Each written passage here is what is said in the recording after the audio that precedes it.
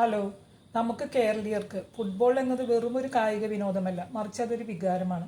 ലോകകപ്പ് കാലമാകുമ്പോൾ Brazil, Argentina, Portugal തുടങ്ങിയ ടീമുകളെ അനുകൂലിച്ചും പ്രതികൂലിച്ചും മലയാളികൾ നടത്തുന്ന വാദപ്രതിവാദങ്ങളും ഫ്ലക്സ് ബോർഡ് പോരാട്ടങ്ങളും ലോക ശ്രദ്ധ പോലും പിടിച്ചുപറ്റാറുണ്ട്. ഫുട്ബോൾ മൈതാനങ്ങളിൽ നിന്ന് കായികക്ഷമതയ്ക്ക് പുറമെ ടീം വർക്ക്, സമർപ്പണം, പരസ്പര ബഹുമാനം എന്നിവയെല്ലാം നമുക്ക് കിട്ടുന്ന പാഠങ്ങളാണ്. ഇത്തവണ world cup Canada, Mexico, United States എന്നീ സ്ഥലങ്ങളിലായതുകൊണ്ട് തന്നെ കളിയുടെ സമയവ്യത്യാസം നമ്മളെ ബാധിക്കുന്നുണ്ട്.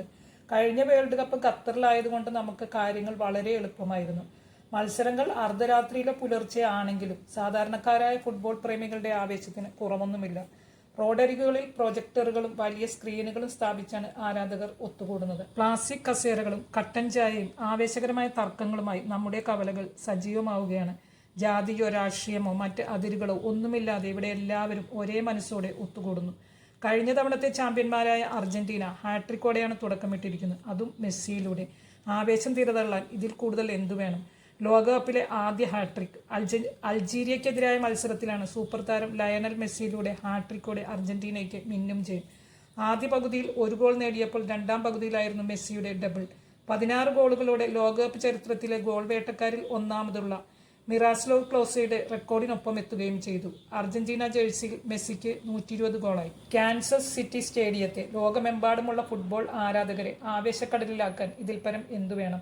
ഹാട്രിക്കിന് ശേഷം മെസ്സിയെ പിൻവലിച്ചപ്പോൾ സ്റ്റേഡിയത്തിലെ മുഴുവൻ ആരാധകരും എഴുന്നേറ്റ് നിന്ന് കൈയടിച്ചാണ് മെസ്സിയെ യാത്രയാക്കിയത്. മെസ്സിക്ക് പുറമെ എംബാപ്പയും ഹാലൻഡും ഇരട്ട ഗോൾ കൊണ്ട് തിളങ്ങിയ ഈ ദിവസം ലോകകപ്പ് ചരിത്രത്തിലെ തന്നെ ഏറ്റവും സവിശേഷമായ ഒന്നായി മാറി. ഫുട്ബോൾ മാമാങ്കം തുടർന്നുകൊണ്ടിരിക്കുകയാണ്. കാണികൾ ആവേശക്കടലിലും. കപ്പ് ആര് നേടും? നമുക്ക് കാത്തിരുന്ന് കാണാം. നിങ്ങൾ എൻ്റെ വീഡിയോ കണ്ടതിൽ ഒരുപാട് സന്തോഷം. എൻ്റെ വീഡിയോ ഇഷ്ടമായ ലൈക്ക് ചെയ്യാനും സബ്സ്ക്രൈബ് ചെയ്യാനും ഹൈപ്പ് ചെയ്യാനും മറക്കരുത്. എൻ്റെ വീഡിയോയെക്കുറിച്ചുള്ള നിങ്ങളുടെ അഭിപ്രായങ്ങൾ കമൻറ്റ് ചെയ്യുന്നല്ലോ. ഇനിയും നല്ലൊരു വീഡിയോ ആയിട്ട്. അതുവരെ ബൈ.